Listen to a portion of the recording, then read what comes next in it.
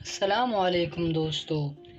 پاک بھارت جنگ 1965 کا سال پاکستان کی تاریخ میں جمہوری قوتوں کی جدوجہد اور پاک بھارت جنگ کے لیے شہرت رکھتا ہے۔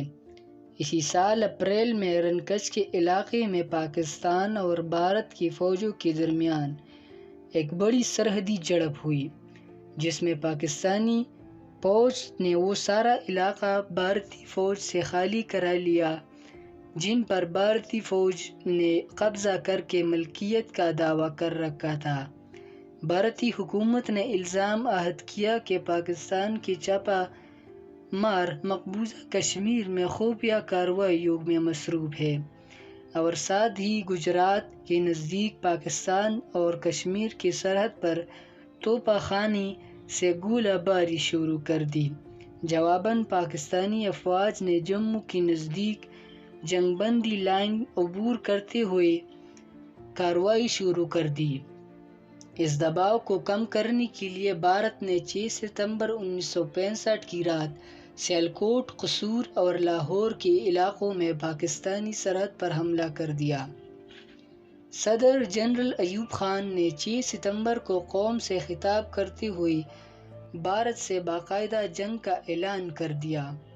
پاک بھارت جنگ مغربی پاکستان کے مختلف علاقوں یعنی سندھ، پنجاب اور کشمیر کے علاقوں میں پھیل گئی۔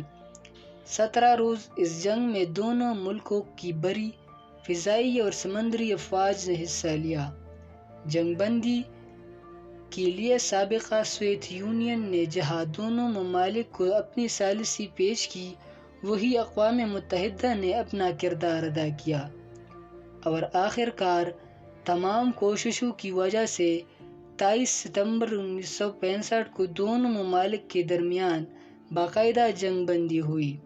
سوویت یونین کی ثالثی سے ازبکستان کے شہر تاشقند میں اس وقت کی بھارتی وزیر اعظم لال بہادر شاستری اور صدر جنرل ایوب خان کے درمیان ایک معاہدے پر دستخط ہوئے، جس کو تاریخ میں معاہدہ تاشقند کے نام سے یاد کیا جاتا ہے۔ تاشقند کانفرنس 4 جنوری سے 10 جنوری 1966 تک جاری رہی۔ تاشقند معاہدے کے کل 9 نکات تھے۔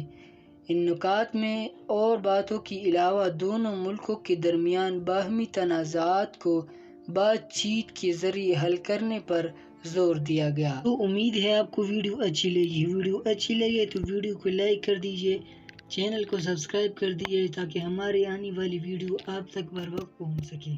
ویڈیو دیکھنے کا شکریہ۔